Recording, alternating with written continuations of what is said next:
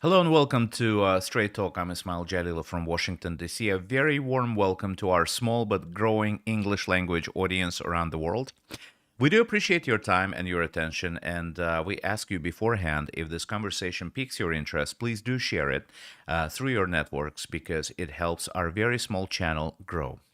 So, the situation in South Caucasus, war, peace after war, as we call this rubric, it is gaining traction and interest because the headlines from the region are seeping slowly but surely into the global media. In other words, the global attention is back on our region because of the events happening there. We're talking, of course, about the protests on Lachin Road, that the only road that connects the ethnic Armenian citizens of Azerbaijan to Armenia proper. And as you understand, this is a very important, not only emotionally, but physically, for physical survival, important road that connects the region of Karabakh with the Republic of Armenia. The road, of course, as you know, is patrolled by the Russian peacekeeping force, which came to Azerbaijan as a result of the 2020 war. Those of you who do not know the history of the conflict can find a whole number of sources online to read up on that and understand why this topic is very important for both sides, for the Republic of Azerbaijan and the ethnic Armenian minority living in Karabakh, and of course, the Republic of Armenia as well.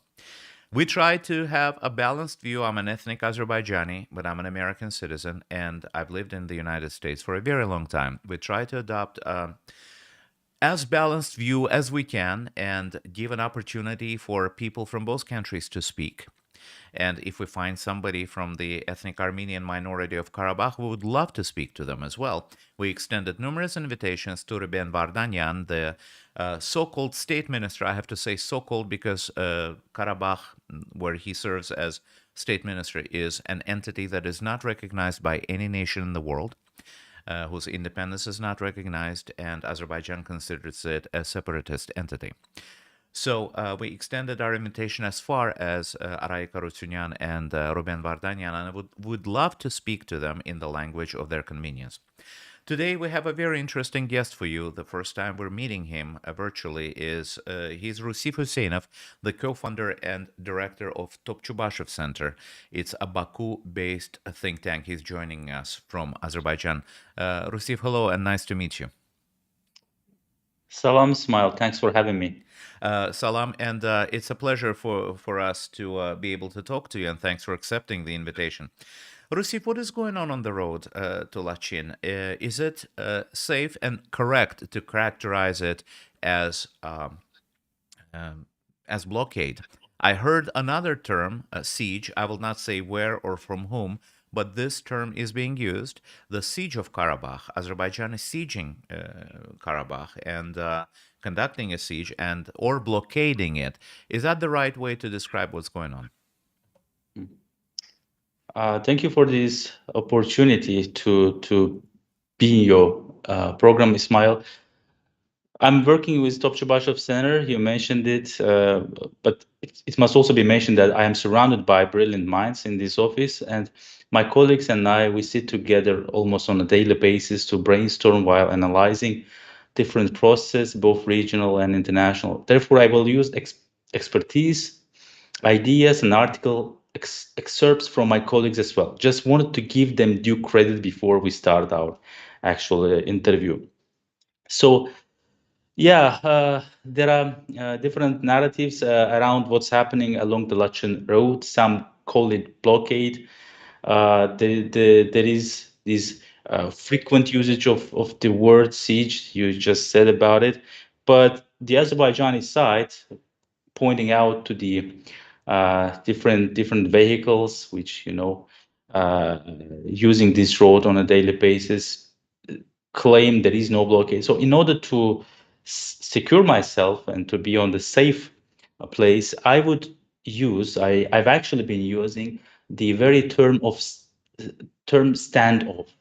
So I call this standoff along the Lachin route. So apparently the Azerbaijani activists who are along this road have created some obstacles for some vehicles which cannot go unchecked. Of course, the official cars of the Russian so-called peacekeepers and International Red Cross, they may have privilege, but other cars, be it private vehicles or cargo trucks, they should be checked before by the Azerbaijani side before entering the Russian protected area. So there is this controversy. As for the food supply inside Karabakh, again, one side claims they are facing empty shelves, empty restaurants, and they are trying to compare their situation with Leningrad of the Second World War. However, there are some Azerbaijani social media users, and you probably have been following them as well, who share intensively photo and video materials from Khan Kendi, where a lot of people enjoy, lavish restaurants or luxuries feasts. So it's, a very controversial topic, I must say. Yes, I do see on Twitter Azerbaijanis are actively sharing videos from Khankendi, as Armenians call it, Stepanakert, the capital of the Karabakh region or of unrecognized entity there. And I do see lavish weddings. I do see shelves full of food supplies. But to be perfectly honest, I, as a journalist, I cannot verify when these videos were taken, when these photos were taken. So to me, the situation is unclear. And what compounds the problem to me is a lack of Western or neutral nation media reporting from Stepanakert that would show us the exact situation, the exact position. Plus, the situation of the people. Plus, in every society, there are rich people who can afford lavish dinners, maybe in almost any circumstances. And there are average or poor people who cannot afford food. So, do you think does it concern you at all that some people in Karabakh, who Azerbaijan claims as its citizens, might go hungry or have no access to medicine or medications? Well, as a citizen of the country who faced different tragic pages in its contemporary history. It's about occupation, forceful deportation, ethnic cleansing, ghost towns, terrorist attacks. I definitely empathize with ordinary people, their lives. And we nowadays we are eyewitnessing what's happening in both Turkey and Syria. Even Armenia and Greece, who are at odds with Turkey, could not, stay silent. Also, send their rescue teams to Turkey because at the end of the day, each human life, costs a lot. So therefore, I totally agree. I would want Azerbaijani citizens of Armenian origin who live in Karabakh to have a decent life, not to face any problems when it comes to food supply. But by the way, and I would like to go back to your earlier question and combine with your second one. There are some Armenian Telegram channels who share news and information with photos about their trucks full of food into Karabakh. Probably they are escorted by the Russian peacekeepers. I don't know, but there are certainly some individual Armenian activists and some organizations, including the infamous WOMA. It's a paramilitary organization inside Armenia, They have been proudly demonstrating a lot of photos and videos about their food supply into Karabakh. So hopefully this situation for the Azerbaijani citizens inside of Karabakh will change only for better. All right. If I may go back to your first response, you're talking about Azerbaijanis checking or exercising control over what sort of vehicles go through from Armenia to Karabakh through Lachin Road. Okay. I am kind of curious, and I do understand that you're in Baku. I do understand that you personally have not been on Lachin Road. Am I correct? You have not visited that area, right? I have been to Shusha 3 times, Mm-hmm. but not since the Lachin standoff Okay, so was long. not in the context of the No. protest. Okay, so let me ask you this, and this would be your view. Who checks, as you say, the Armenian vehicles? Who has that sort of authority? Where does that authority come from? Are these people specially trained to find what are they checking for? I'm assuming you will say weapons and landmines and military munition.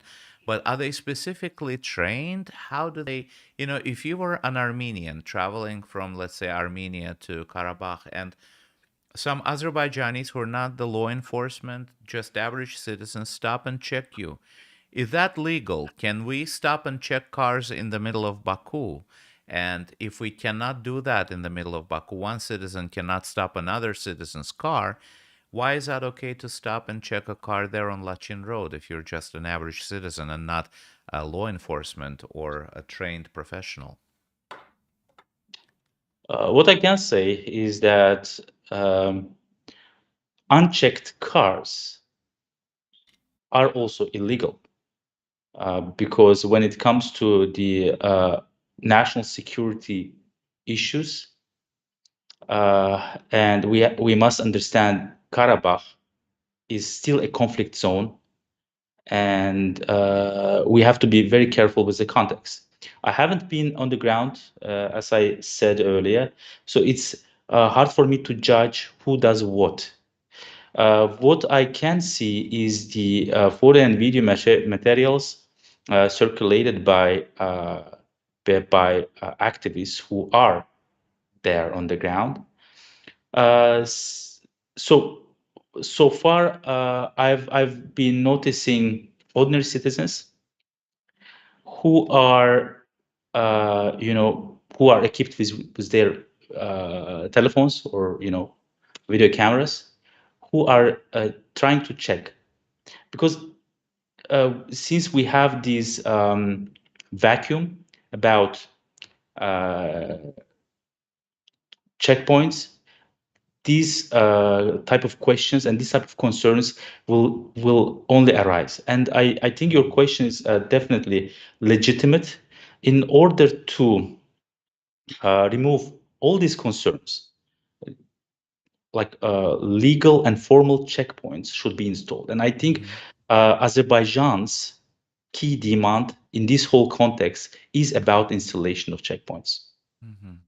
So the Azerbaijani government, shall we say, the state wants to install checkpoints, but for now, it's allowing its ordinary citizens stop and check Armenian vehicles.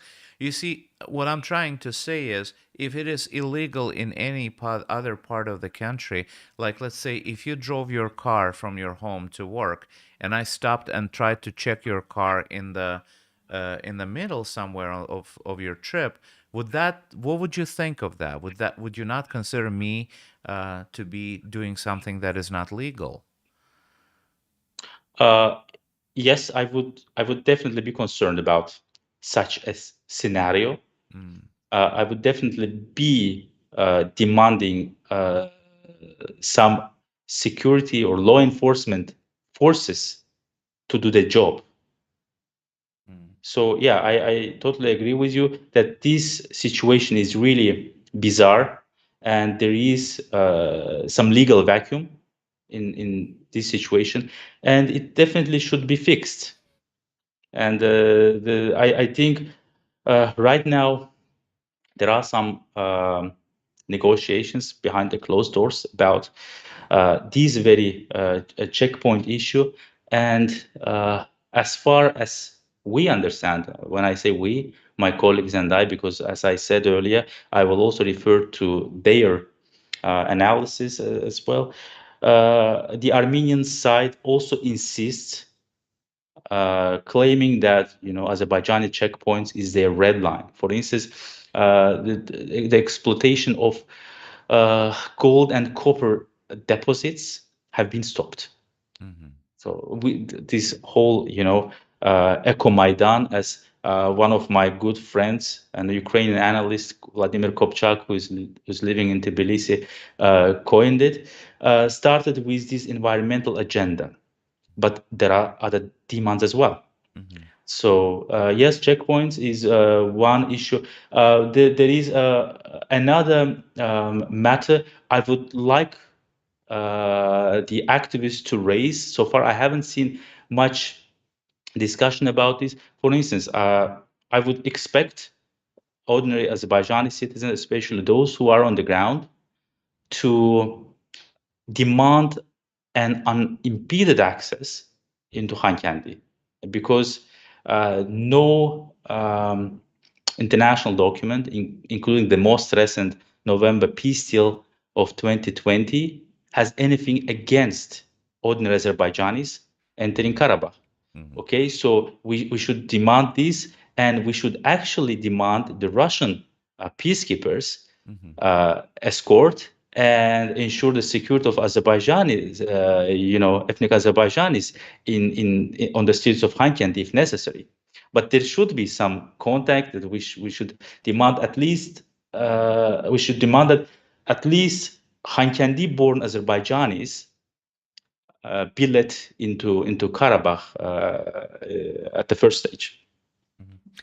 When I say Stepanakert, it's not because I like saying the word. I hope some in our audience understand. It's because this is a name of the town that is known internationally. Most people abroad to whom we're trying to speak today know Khankendi as Stepanakert by its Armenian name.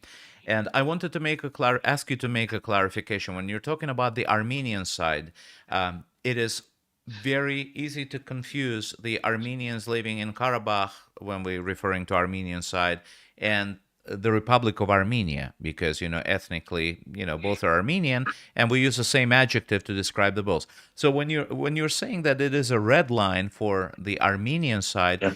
which Armenians do we mean right now? Armenians in Karabakh or the Republic of Armenia?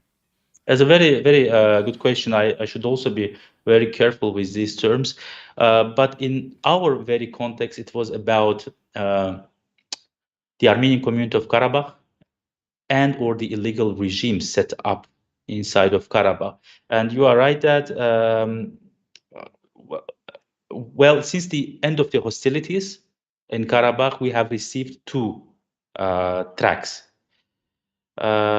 which were interlinked before the war, before 2020, but now they are running as separate but parallel processes. Armenia-Azerbaijan relations and the issue of Karabakh. And what we have been noticing, Armenia is either quitting or has already quit the Karabakh process. So it's mostly about Baku, Moscow, and Khankendi. And you can also see that Yerevan does not react too harshly to the Lachin standoff. There could be also the factor of Vardanyan, which is pretty much disliked by the Pashinyan team. But it also indicates that Yerevan has already outsourced this problem to Baku and Moscow and Khankendi maybe. Okay. Explain to me, please, if you would, as if I were a sixth grader, who is Ruben Vardanyan? What is Baku thinking of him? Why is Yerevan cautious of him, if they are indeed cautious in your personal opinion? Who is he? Why is there so much, let's say, drama around him, to the extent that his trip to Moscow created a storm in the Azerbaijani blogosphere and Twitter sphere and probably the media, from what I could have seen from here. Who is he and why is he so important? And why does Baku not want him? Why is Yerevan afraid of him, if you think they're afraid of him? A very, very interesting topic. I have already penned an article which is coming out on Jamestown Foundation webpage probably on Monday. It's about Azerbaijani narratives on Ruben Vardanyan. So Vardanyan is a Russian oligarch of Armenian descent who amassed his wealth during the thriving gangster capitalism in the post-Soviet Russia in the 90s, and who was pretty much successful in setting up or affiliating himself with the top Russian companies, such as Troika Dialog, who was very close to the Russian elites. And he was also either part of or a mastermind of some corruption and money laundering schemes. Vardanyan made a surprise move in late summer, early fall last year by renouncing his Russian citizenship and landing in Russian-controlled Karabakh. And ever since, has he become a source of irritation for Baku. And President Aliyev of Azerbaijan has stated several times that the government in Baku does not recognize Vardanyan, considers him a Kremlin project, and avoids any contacts with this personality. So that he is Moscow's project is the prevailing narrative in Azerbaijan. Some in Baku believe one of the reasons for Vardanyan's unexpected relocation to Karabakh could be related to his plan of avoiding Western sanctions against the Kremlin-affiliated oligarchs. He was preliminarily included in a US sanction list, but he managed to slip out of it later. He is still sanctioned by the Ukrainians, who have not forgotten about him. But apart from the alleged ambition of escaping sanctions, Vardanyan, the general consensus in the Azerbaijani expert community concludes, was sent to Karabakh with a certain agenda, and exactly when the situation around Karabakh was more or less favoring Azerbaijan. Because, as I said, the government in Yerevan decided to kind of outsource this issue, wash its hand of the problem. There were some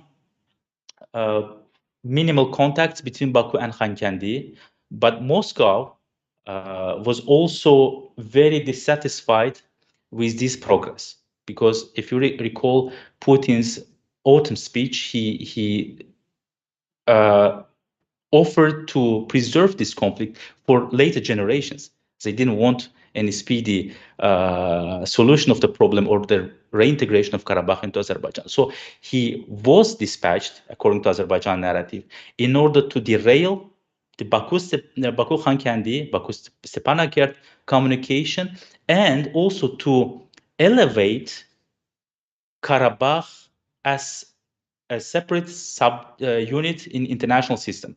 So forgive me for 1 second. Yeah. I'm very sorry for interrupting. Yeah. So let me put this in a context. If Baku is suspicious of Vardanyan, and if you put it in a context of Putin's statement that this problem should be put off for later generations to resolve, why is Azerbaijan then tolerating this protest on this Lachin road? Because isn't this playing to Moscow's hands to elevate Karabakh in the minds and psyche of the West, as the West is fighting Russia in Ukraine, forgive me for being blunt, to make Karabakh another fissure point for international law, to scare people here in the West that Azerbaijan is starving a chunk of its population. I'm retelling the narratives here. I'm not doesn't mean that I'm agreeing. But it seems to be sort of in harmony with what you're saying. If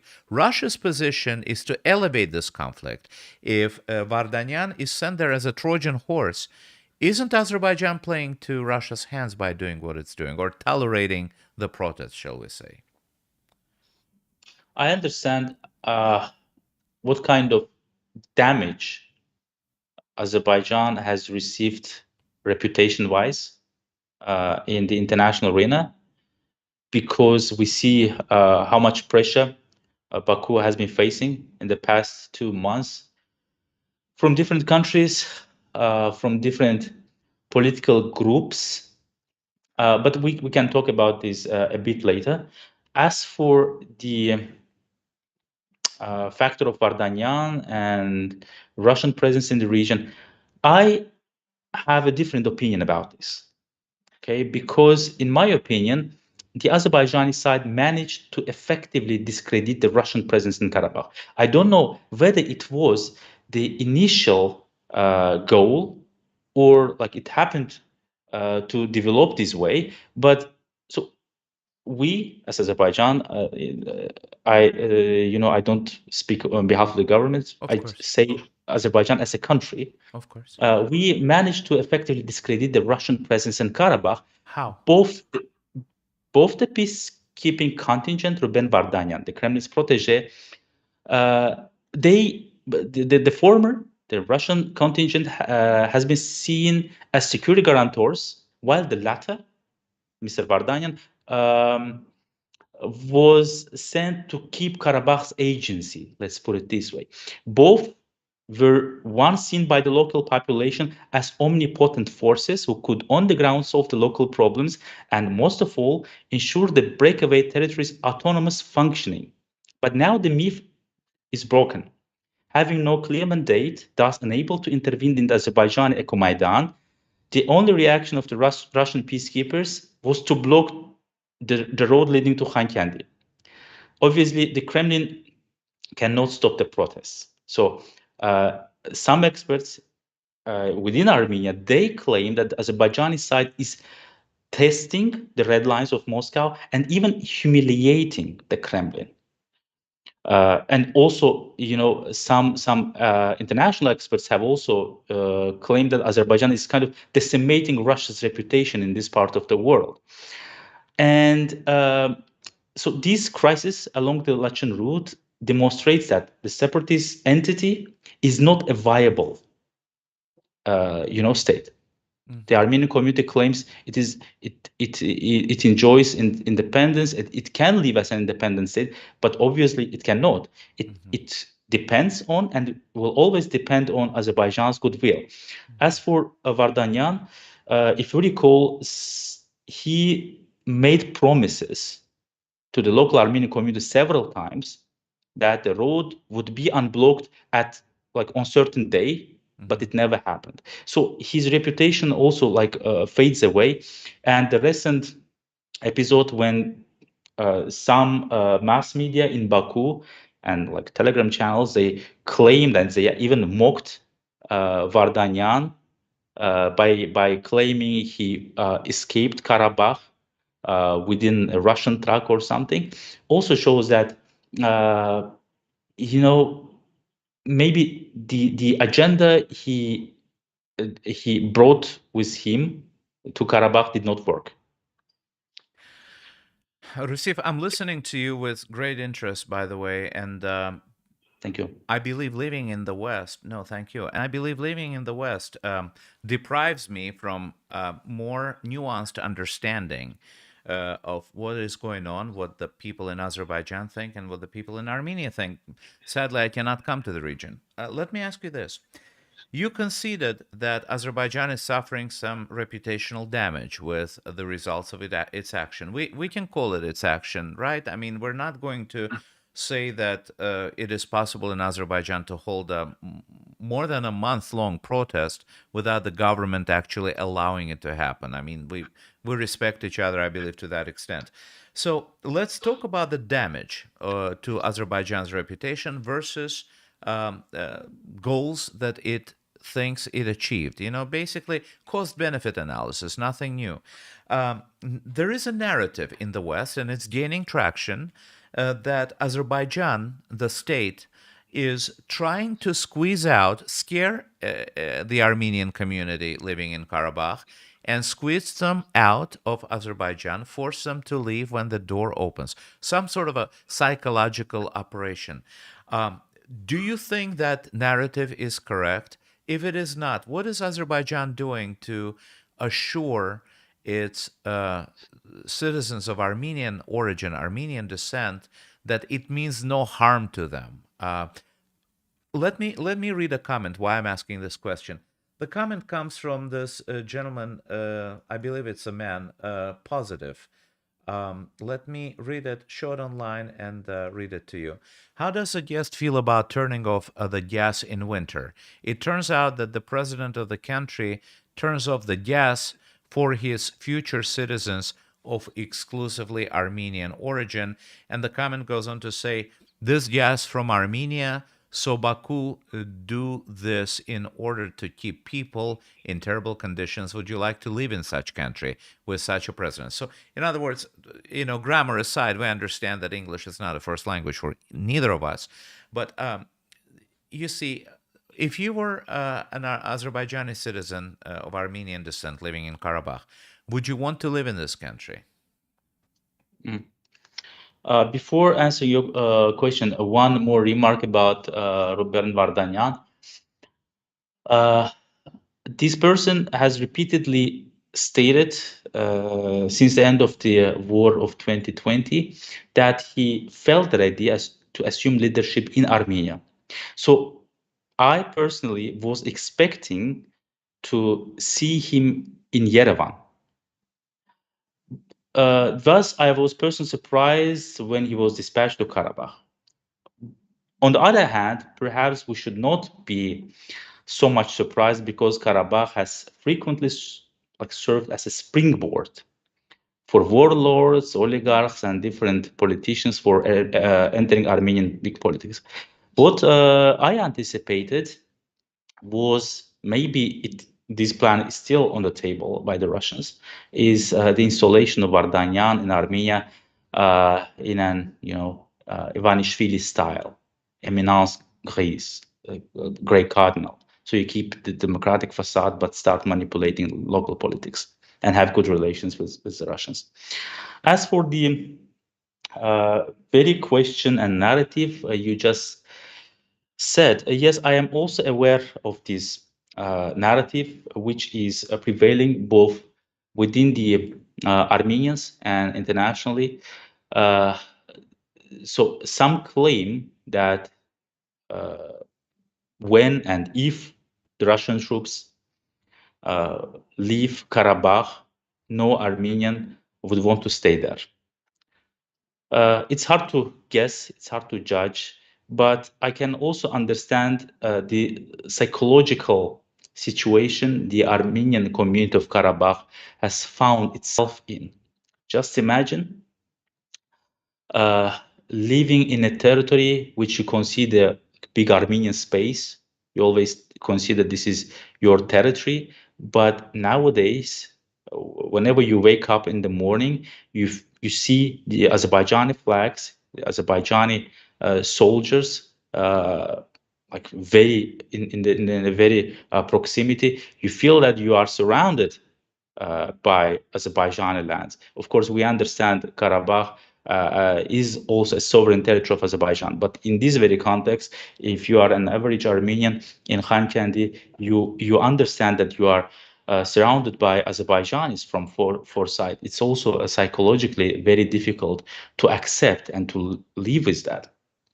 The issue you raised, I remember 2 or 3 months after the war came to an end in Karabakh, while the whole society was enjoying, and they actually deserve to enjoy these post-war euphoria, I personally and we as a team raised this issue several times before the local stakeholders. What kind of plan we should have when the Russians leave. Because, you know, the 2025 will come in a blink of an eye, and you Do you won't even think there is notice that. such a plan? Do you think the government has such a plan? Now I'm going to tell you. So I bombarded some people with this very question. What kind of mechanism? Because it was too early, like 2 or 3 months after the war, and there were a lot of issues to sort out in the liberated territories, the reconstruction, mega projects, etc. So I bombarded different people with these very questions. So they got fed up with me and assigned me a task: go and prepare something.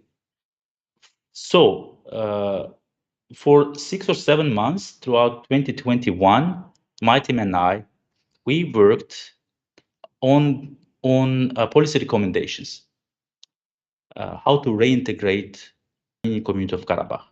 And as a reference point, we examined a lot of reintegration cases, especially in the past 30 years. And we decided to focus on the Croatian model of reintegration.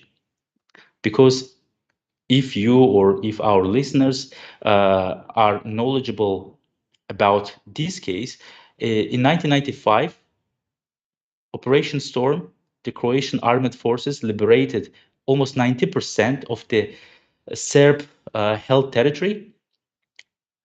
Only 10% was remaining outside of their control. But in that area, 10%, an international mission under the UN was set up. And for the next few years, the UN facilitated the gradual reintegration of the territory into Croatia. Western countries and institutions generously supported and financed this whole, process. So we examined. It was a super interesting case. There were a lot of interesting cases. So we prepared this almost 50-page report and submitted it. And maybe, I don't know, maybe some of the elements of from what we have recommended might be used in the future. I don't know. Unfortunately, these plans have not been disclosed for the public, but I think we as a society are already ready and should actually generate some discussions about the fate of the Armenian community in Karabakh. Our organizations has already organized several events and several discussions, because we also have to psychologically accept some issues such as coexistence, because we also have families who lost their sons or their beloved ones in the recent war. I'm not even talking about the first war. So it will also be hard to sell this idea to our society. So we have to start this discussion as soon as possible. Rusif, as I said, I cannot come to Azerbaijan and work there freely, so forgive me that for saying that.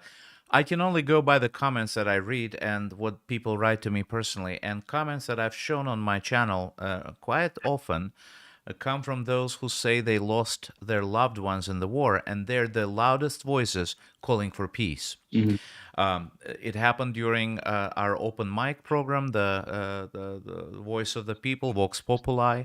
It happens, on average day, I read a few comments like that. Let me ask you this. There is a question from our viewer who deleted that question several times, and this is the latest iteration. Glenny Potter says, "What guarantees of Armenian security do only promises from the government suffice?" In other words, is Azerbaijan giving any guarantees? I've heard that from the president of Azerbaijan, who personally said that he guarantees the safety and security of ethnic Armenians who will live in Karabakh under Azerbaijan's control. But I've also heard President Aliyev recently say that, mockingly, he was sort of like, I think he was making a joke. It was a very short excerpt, so I don't know the context of that conversation. It was an interview to one of the Azerbaijani channels where he said the buses go, they can go from Khankendi to Armenia, which I personally took as, if they want to leave, they can. So can we put these two together and talk about what guarantees the Azerbaijani state is prepared to give ethnic Armenians? And are they if we were ethnic Armenians, would we believe those guarantees now? Right now, the distrust between two societies, Armenians in general, which include both Armenians in Karabakh and in Armenia, on the one hand, the Azerbaijanis on the other hand, is so deep that no matter what we say, the other side would definitely have some suspicions. Prior to the 2020 war, the Armenians were more active, especially in track 2 initiatives. The Azerbaijanis, not so much. Now the situation has changed. I've seen more enthusiasm from the Azerbaijani civil society activists, experts. They want to engage with their Armenian interlocutors and colleagues, but unfortunately, we also witness the lack of enthusiasm from the Armenian side. So I would attribute to this current situation to the lack of communication and deep distrust between two societies. How to overcome this? I don't know. I don't have a secret formula about this. But I really appreciate that Baku finally started some communication with Khankendi, which was later derailed with the arrival of Vardanyan, because during the interwar period, we had never accepted the illegal regime in Karabakh, the so-called NKR, as a party to the conflict. We always had negotiations with the government in Yerevan. So when the Armenian government decided to quit the game, we kind of felt entrapped because we have to speak with someone. It's either Moscow or Khankendi. Speaking with Moscow and speaking with Khankendi, both have advantages and disadvantages. But it's also very wise that some communications started with Khankendi. Of course, at low level, at informal level, search of killed in action soldiers, their bodies, water management issues, and this type of things. I hope this communication had a potential to somehow, build trust between the societies. I don't claim that it would definitely, boost reintegrationist sentiments inside the Armenian community of Karabakh, because as a realist, I understand. I've been in contact with a lot of Armenian experts in the past two or 3 years. We can find a common language and we can actually speed up reconciliation with the Armenian society in Armenia than with the Armenians in Karabakh. This is unfortunately a fact. So, yeah. No, please go ahead. I don't want No, to. I just wanted to Okay, say that if I you're don't have finished. a formula to answer your question, because of this distrust, each side, treats the other with a great deal of suspicion. I totally agree with you on distrust. It is hard to build trust, and Armenians will, since I live here and I hear their arguments quite often, Armenians will say that it is hard to have trust in the government who, does not extend basic human rights to its other citizens. And how can they be sure that Armenians, with whom Azerbaijan has a history of fighting now, will have the rights that the rest of Azerbaijan does not. I don't want to go into domestic politics in Azerbaijan, so I will give you an opportunity not to answer this question because I asked you to talk about foreign politics. But what bothers me and what makes me, stay up at night is how um, how can Azerbaijan hope to change its image abroad? This is something that is directly related to my life because I'm an Azerbaijani. Everybody knows I am. How can Azerbaijan hope to change its image abroad if the current situation with the rights domestically stays the same? In other words, how can we, let's say, ethnic Azerbaijanis, tell ethnic Armenians that they're okay if if I cannot come to Baku and ask my questions directly, living in Azerbaijan? Let's be fair. Again, this is up to you. If you don't want to answer, I have a lot of questions here. Since I do not represent the government, I cannot, give you a direct answer what will change or when the changes will be there.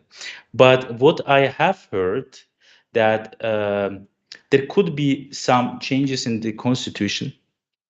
Maybe it will touch upon a number of issues, including administrative reforms. It will also help empower municipalities. So, municipality level, you can't simply give. So we say the Azerbaijani official discourse says we are not giving autonomy or self-governance to the Armenians, but municipality empowerment throughout the country, including Karabakh, the liberated territories, will definitely help to solve a lot of issues at low level. This is what I can say. All right. We have talked about this issue quite a few times. Russia has come into focus, and it does every time we discuss anything that is happening in that region.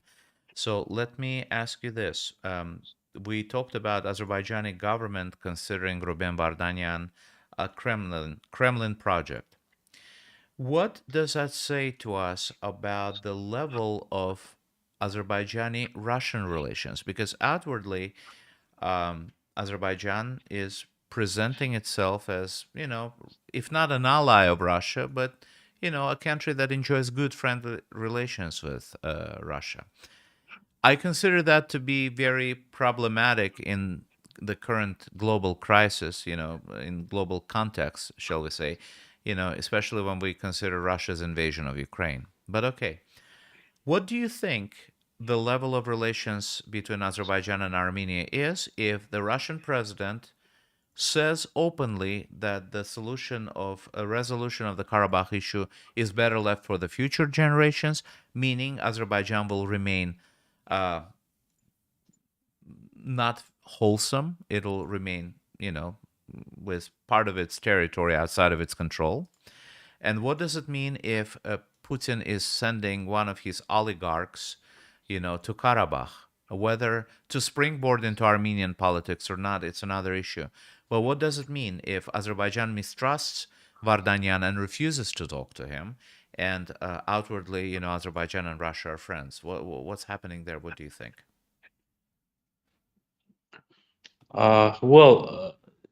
The policy Azerbaijan applies towards Russia, I would characterize as balancing. On the one hand, Azerbaijan has never utilized a harsh rhetoric on Russia, on Russia's foreign policy. Of course, there could be some exceptions, but this is a general trend. But let's check the actions. Azerbaijan has a positive record of extending its help to those countries which are cornered by Russia. If you recall 2008 Russian-Georgian war, back then there was no anti-Russia rhetoric by the government in Baku. But if you recall, Azerbaijan stepped in immediately to save Georgia.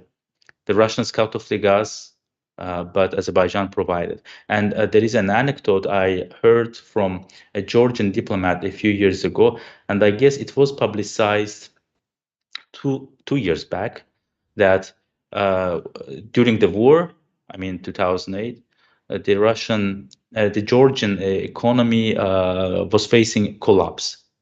The Georgians contacted the Azerbaijani side, and the latter dispatched several vans full of cash to Georgia overnight to save the Georgian economy. If you recall the milk wars between Russia and Belarus, the Belarusian leader called Aliyev for cash, 250 million, in order to repay the Russian loan, because the Russians were pressuring Belarus for some concessions.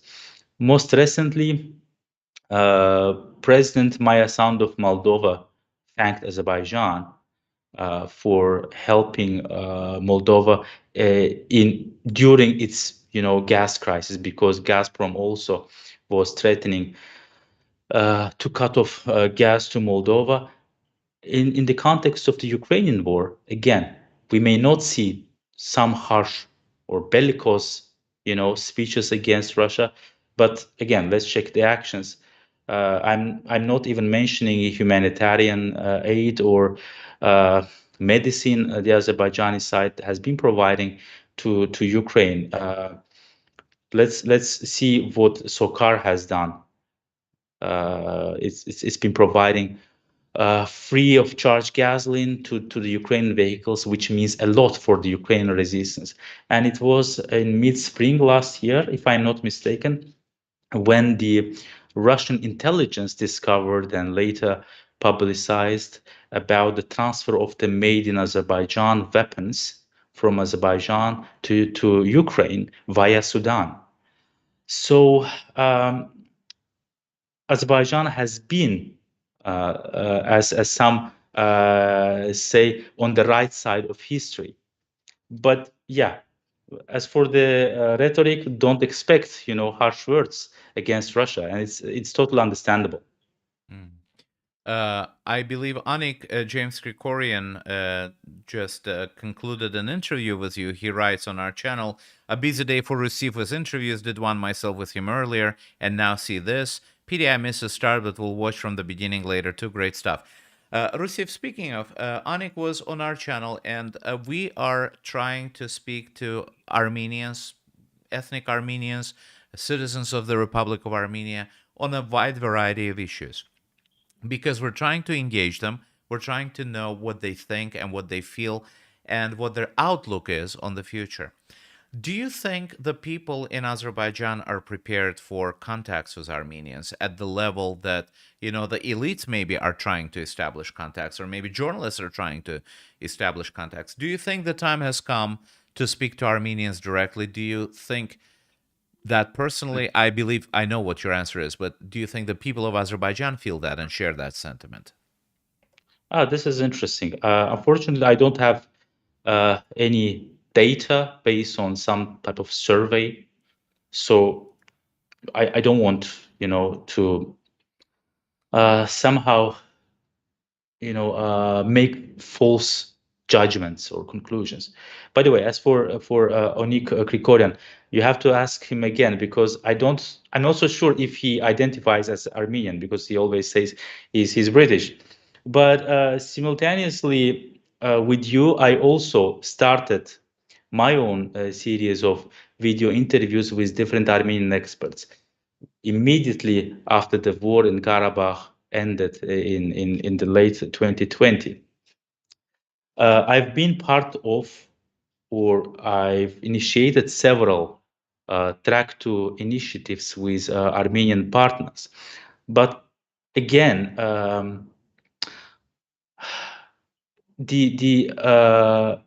I've seen this fading enthusiasm from the Armenian side to engage with us, the Azerbaijanis. And if you have time, I would like to tell you an anecdote, a story which happened to me last year. So we, together with an Armenian partner, we submitted a joint project on some, Armenian-Azerbaijani dialogue. It was last year in winter 2021, actually. So it was designed in two segments, Armenian and Azerbaijani. And each site would be funded by an international organization, or more precisely, that international organization's respective Baku and Yerevan offices. With our approval, we did not have any problem. So I was ready to start. But we faced a problem with the Armenian segment of the project. I later learned that the Armenian Foreign Ministry blocked the whole project. So, well, Armenia is presented to us as a yeah, modern day democracy. Why would their foreign ministry block something like that? My guess is that they were not supportive of any engagement or dialogue projects. So they simply blocked it. They did not green light. I was approached by the representatives of this international donor who offered me to proceed the loan, but I said I wouldn't, because of ethical reasons. I cannot, just implement my part, because it was submitted as a joint proposal. So what I say, I feel that we Azerbaijanis, we seem more, prepared. We seem readier to have some contacts with the Armenian side. But here, let me tell you my own thinking about the Track 2 initiatives. I already shared it with Onik in our earlier podcast. We had Track 2 initiatives during the interwar period and since the 2020 war. But they are usually taking place with same old names, which lead many people to dub the whole process as conference tourism. I don't like this approach anymore. So, in my opinion, there should be a different approach. Why not bring ordinary people from both Armenia and Azerbaijan, not experts like myself, who would go to every conference with Armenian partners to discuss what the issues on the first day, security problems on the second day, and something else on the third day. It doesn't work like that. Why not bring together, for instance, beekeepers from both Armenia and Azerbaijan, and let them speak each other about their challenges, their dividends, their best practices? Why not bring women activists who would, again, share their own problems and without touching very sensitive issues? Why not bring, for instance, business women from each country? You have to present a topical approach. Mm-hmm. And well, then, Armenian foreign ministry, I was going to say, is not here to defend itself, but I would like to direct this question to them as to why would they not allow a project like that to happen. My personal understanding would be, I would predict their answer to be, well, in Azerbaijan, civil society does not really exist. So everybody who is going to be participating in these projects will be carefully vetted by the government, and there will be a certain, instruction on what they can and cannot say. Would that be a fair representation, do you think? Would that be a problem? Well, to be honest, there is a similar narrative in Azerbaijan towards Armenian participants as well. But such claims and counterclaims should not discourage us from building and rebuilding and or preserving some minimal contacts and actually developing them into something bigger. So I don't buy this type of claims. Mhm. Okay, it's time for me to apologize. Actually, several apologies I have to make. If I in any way misrepresented Anik or anyone else's understanding or self-perception of identity, I do really apologize. This is a topic where I don't want to make a mistake ever and ever again, because I wouldn't want anybody to misrepresent what I see myself as. And another apology is due to you, actually. You reminded me of our little spat we had maybe right after the war ended, and I do apologize. It was a very sensitive and emotionally difficult time. If I said something that was not correct, I do apologize, which No I problem. believe that I accused you of, or you or your colleagues of something that you have not done. And, I apologize privately, but I want to apologize publicly as Thank well, you. because I Thank you was so wrong. much. Thank you. And let me talk about this. Let's talk about the international context, because it is a very important context, and I believe is going to become even more important. Every piece of coverage that I see in the West, and I follow that, English is one of my languages now. I try to read with Google Translate things that are written in French and German and Italian and other European languages.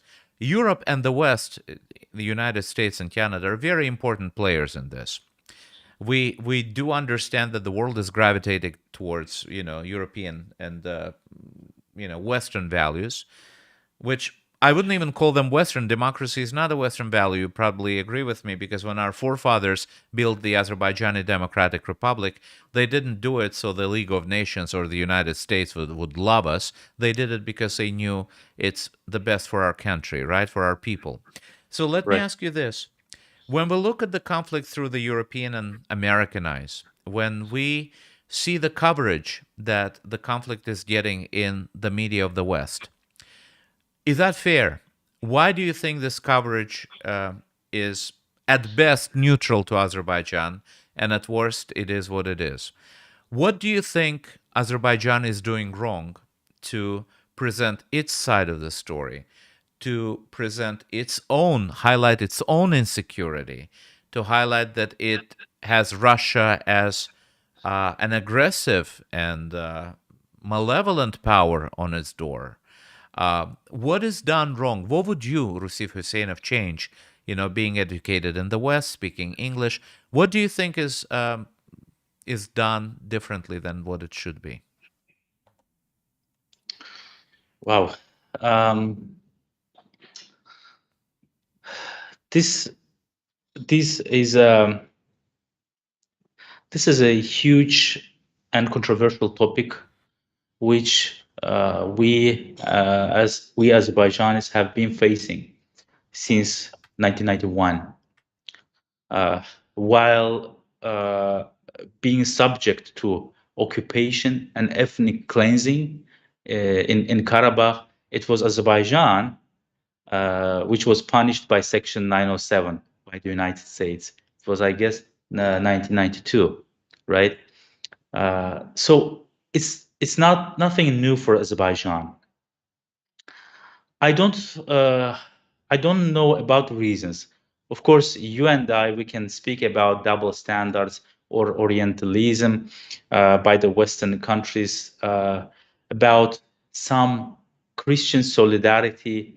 Many elderly people in Azerbaijan would argue about that. Maybe these components, each of them play a very big role here. We can speak about, this is a very dominant prevailing narrative in Azerbaijan, the omnipotent Armenian diaspora and lobbying force. Probably they all play some role in this context. So the communication strategy of the Azerbaijani side, maybe we have to put more efforts to improve it. Maybe there is some stereotypes and prejudice which really, are hard to break. So um, I've also been facing with these challenges. As a Western educated person, I have had my own illusions about Western, standards, Western values, but I was very much disappointed during the 2020 war and its aftermath, because I'm going to tell you another anecdote which happened to me during the war, because uh, you know the bias of international media outlets towards Azerbaijan. The French press was especially active in, circulating Armenian and pro-Armenian narratives.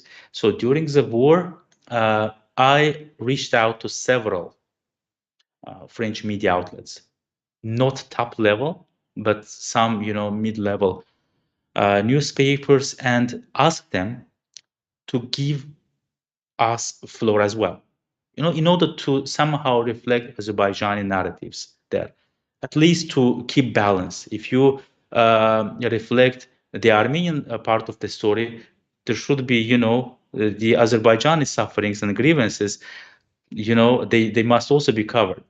I reached out to two or three media outlets. One ignored totally. The two other kindly rejected, and one was sincere enough to say they don't want to face, the pressure from the Armenian diaspora.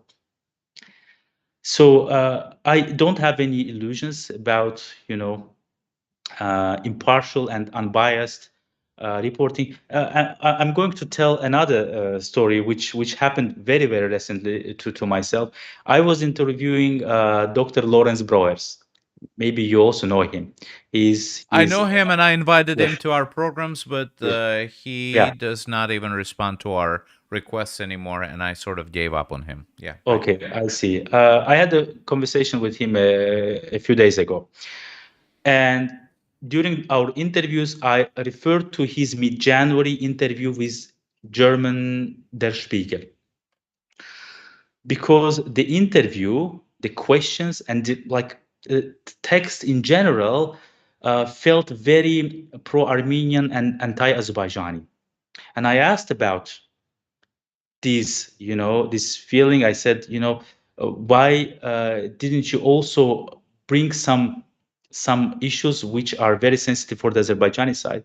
Dr. Boris said he actually had done so, but the top level senior editors in Der Spiegel just left what they thought could be newsworthy. So now you can see what kind of bias we are facing actually. Yes, it would be. It would quite be possible that he brought it up, or maybe he forgot to bring it up, because, knowing Der Spiegel and reading them, I've been reading them since I was little, actually. They always try to bring nuance and detail into a situation. I really don't think they would completely skip, uh, the whatever described the Azerbaijani position on, on whatever situation they were writing about. I would be very cautious as to say who is at fault here. I want to believe the integrity of my colleagues at Der Spiegel. Let's put it this way. It's very important for me to believe that, they're doing their work conscientiously.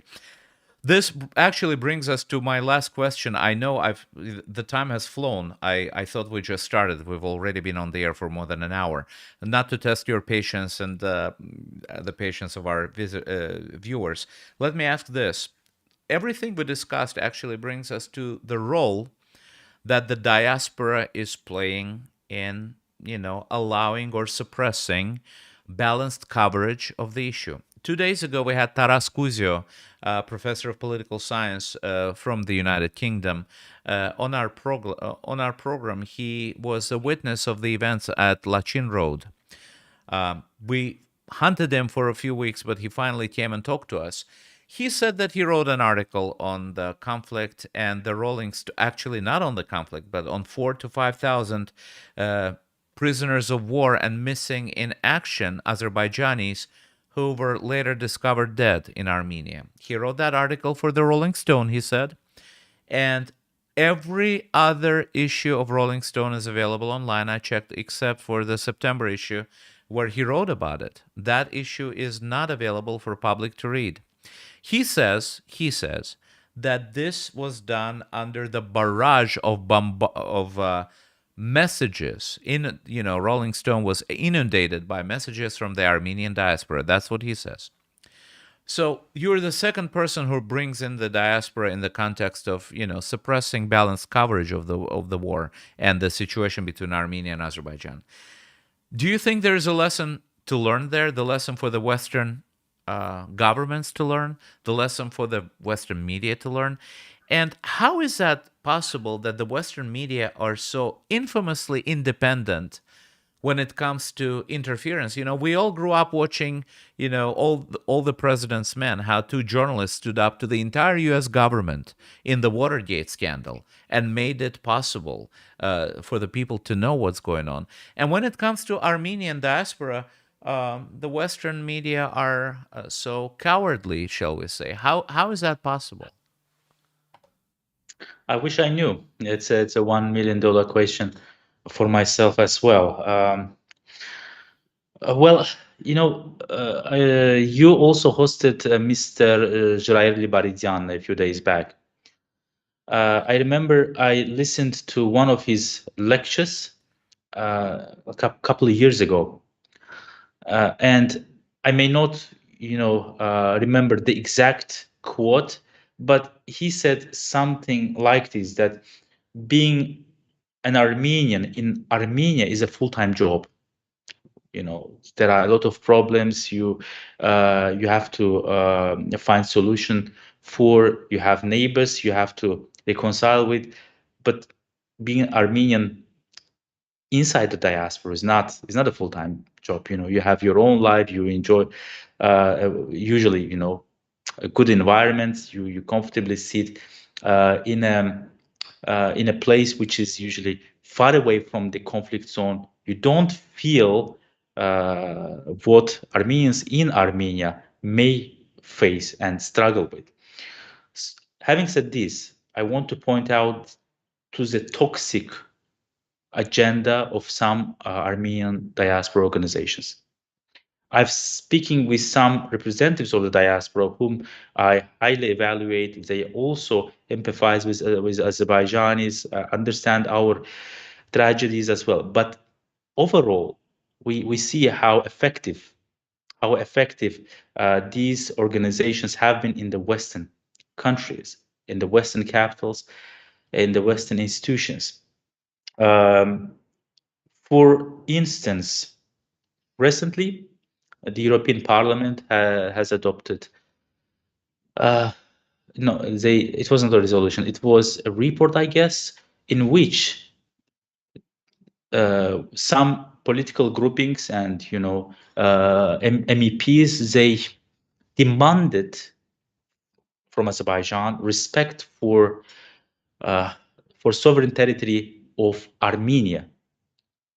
Okay, but they also pointed out to Karabakh as a separate issue. So demands respect for Armenian sovereign territory, but there is no word about Azerbaijan's sovereign lands. Instead, Karabakh is elevated as a separate subject. We can speak a lot about these lobbying forces, which work against Azerbaijan and to what extent against Turkey, but it's not our topic today, so I don't want to go deeper in this. We can speak about this issue day and night, and okay, I can tell you, in an encouraging way, we have to work hard, even harder, but it's really difficult, and sometimes it looks to me almost impossible to break some stereotypes and prejudices. Sometimes one feels very helpless against this machine which has been set up for decades, if not centuries. So we are on the same page in this. Hopefully peace and reconciliation will come to our region when the societies, Armenians and Azerbaijanis who live like in the region, on the ground, they finally understand the value of the peace. And one last thing, sorry if I, protract your program. No, you're absolutely fine. We have time. We have nowhere to run. Thank you so much. Thank you so much. Last year, I would use the word optimism a lot because I had one contact. I knew one person who was more knowledgeable about the negotiations between Armenia and Azerbaijan. And thanks to his insights, I also grew a lot of optimism about the peace agreement, and I was expecting it until the end of last year. Despite much optimism, it didn't happen. And a few weeks ago, in late January, I spoke to that person once again, although quite disappointed about the derailing of the peace talks. He told me not to lose my optimism. And together we are now looking forward to a peace deal between Armenia and Azerbaijan. Good or bad, maybe incomplete, but some document should be signed in the coming months. Hopefully, this time we'll not miss the opportunity. I promise the last question. If you have time for one more $1 million question, I would Please. love to ask it. It actually comes from our visitor, Glenny Paulus, from our viewer. Will the Russians even leave, or probably ever leave, Karabakh, or will they use a lack of contact between the sides as an excuse for staying and, quote, preventing ethnic cleansing, end quote? In other words, this is a $1 million question. Will the Russians let these two countries sign a peace treaty, do you think? If we and Armenia sign a peace treaty, if we give each other security guarantees and whatnot, what would be the reason for Russians even staying here? Do you think Russians will allow that to happen? What I know that the Russians will pour all their efforts to prevent something like this. Because one story happened, I guess it was 2021 or 2022. Sorry, I forgot the exact time. It was reported that one Armenian lady wanted to leave Khankendi with several little kids of hers and to go to Shusha, to the Azerbaijani controlled area. She was prevented by doing so from doing so by the Russian peacekeepers, who actually insulted her and told her she is a disgrace for her nation. So this small incident symbolizes how the Russians are trying to prevent any contacts between two societies, and they, of course, they would be very, very hapless if we reach that level when we negotiate the peace deal and we actually sign the peace deal. So I'm sure the Russians will do their best to somehow prevent this process from happening. At the same time, about whether the Russians will ever leave. This is a myth which has been exaggerated by the Russians and some people in the West, that the Russians never leave.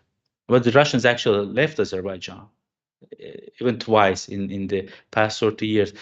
If I am not mistaken, we, Azerbaijan, we were the first ever post-Soviet space, even before the Baltic trio, who simply drove them out. And the second time, it was the case of Gabala radar station, when the Azerbaijani side increased the rent like 35-fold, I guess, in order to simply kick them out. So this is the myth. And whenever I'm asked about when the Russians will leave, I say, I usually I usually answer in Turkish, because there is a very good line in Turkish anthem by Mehmet Akif Ersoy. Belki yarın, belki yarından da yakın. Maybe tomorrow, or maybe even earlier. Sooner than tomorrow. Thank you very much, Rusif. It was nice to meet you on virtually, but still, it was nice to talk to you and meet you. And I truly hope we will have another opportunity sometime soon to discuss these and other international issues surrounding Azerbaijan and the region. I do appreciate your time today. Thank you very The much. pleasure was mine, Ismail. Thank you. Thank you. Take care. Take care. Ladies and gentlemen, thank you as well very much for this, for attention to this topic today. Not very many of you were watching. I understand Azerbaijanis audience, maybe Armenian audience. Not everybody speaks English. Not everybody, English is not an accessible language for everybody. We do understand that, and we do hope those of you who were watching would share through your networks in order to make our channel a little more known it's probably known in the region, but around the world, wherever you live. And we do appreciate your time. We never take your attention for granted. A couple of words I wanted to say afterward, after the interview. These are particularly, I want to stress it, these are my views and these are my words. It has nothing to do with my guest. We discussed the role of diaspora, the role of Armenian diaspora in suppressing balanced coverage around the world. The audience has responded. We have seen pressure applied against Western journalists by the Armenian diaspora in the United States or in Europe, for somewhat balanced coverage. It seems like every article has to present Azerbaijanis as, in a certain light, and this light is not a very good one. Azerbaijanis are represented as, the wrong side of the conflict. We have seen many examples of when Western journalists, forgive my expression, grow balls, talk truth to the power. This is our job. My job is to criticize what I see and think is wrong. If I can criticize the U.S. government, my government, openly, without the fear of persecution, why can I not criticize, let's say, a party of the conflict? Why should I be afraid of lynching? I have been lynched on Twitter. They called me a genocide enabler, a denier, Armenophobe, murderer, all kinds of things. And this happens. And this is a reason why I left Twitter for a time. Almost said quitter, the mother of all Freudian slips, right? Not because I'm afraid of the Armenian diaspora here. No, because I am tired. I am tired of talking to people who only want to hate me back. I am tired of talking to people who don't want to hear the voice of the reason, who are prepared to hate me just because of my ethnicity already. Of people who are telling me I have no culture, I have no religion, I have no music, I have no land, I have no right to live where I live, and I have to go back to Altai, which is in Siberia, where, Proto-Turks came from. Would Armenians in the United States ever use this rhetoric towards any other group? I dare you. I dare you to talk about any other ethnic group or religious group or racial group in the same terms as you talk about Azerbaijanis. Tell them they have no culture. Tell them they have no right to live where they live. Tell them they have no history. Tell them that Coca-Cola is older than their entire country. And let's see what happens. I understand I'm not a big channel and not very many Western journalists will be watching me anytime soon, sadly. But let me ask you this. When did it become a factor for you as to how many horrible, disgraceful messages you get after you write the truth as you know it? Why is that a factor? Why are you afraid? Simply because Azerbaijanis don't live in huge numbers in the United States or France? Does it mean that you have to pander to your audiences? Is that what journalism has become? Is that what journalism is about? Not the kind of journalism I know. Not the kind of journalism I practice. I speak the truth to power everywhere I go. I criticize the Azerbaijani government, yes I do, when I think that it does something wrong. I criticize the U.S. government when I think it does something wrong. My programs are not about the US and its foreign policy, but if they were, there would be a lot of topics, right? I mean, I live in a free society, in a free country, and I am free to say what I think. I do not go to jail for it. People don't call me a traitor for it. Then why would you be afraid? Why would you be afraid to cover the conflict from both sides? What is it about Azerbaijan that you don't want to see its truth at all? What is about the behavior of its people and its state that you don't want to not agree or accept, okay, but at least to get to know, to get to understand? What is it about us that we are wrong in whatever we do before we arrive? Why is it you talk about the conflict with two sides without one side present? What is it? What do we Azerbaijanis have to do to be heard? Is it because we're Muslim? I mean, I'm sorry, I have to ask. Is it because we're Muslim? Is it because you don't like our language, maybe? Our history? Is it because we are identified as Turks? I am truly sorry, and I'm not asking rhetorical questions to gain some rhetorical points here. I am truly, genuinely interested because it has been going on for decades. What is it that we Azerbaijanis have to do to prove to you that we have a right to have a country? Indivisible country.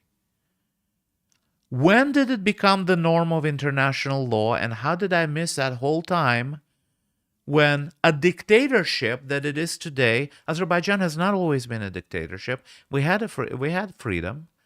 And during that freedom, we saw the United States impose sanctions on Azerbaijan as an aggressor. After we lost land, after our people were ethnically cleansed, we were labeled aggressor and we saw sanctions. Okay. We do not associate democracy and democratic period in Azerbaijani history with military gains. No, we associate it with defeat. Defeat from a country whose population is less than twice of Azerbaijan. We lost to Armenia while we were democratic. And tomorrow we will be democratic again.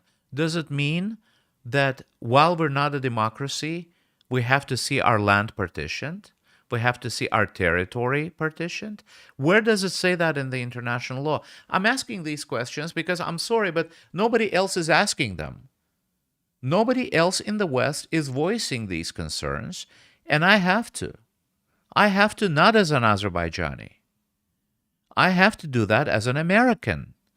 Because for me, my American identity has long eclipsed my other identities. I've lived here longer than I've lived anywhere else. And when I look at conflicts, I look at them not from the point of view, oh, I'm Azerbaijani, so no matter what Azerbaijanis do, I have to defend them. No. And I think I've proven that. Not that I have to, but I have proven that. I look at it as an American for whom basic fairness and justice are above all considerations. And I'm sorry, these are considerations that I'm not ready to turn into bargaining chips. I wish I could say the same thing about my Western colleagues. With that, I'm Ismail Jalilov. I truly hope I left you with some thoughts and some ideas to ponder. Have a good evening. Bye-bye.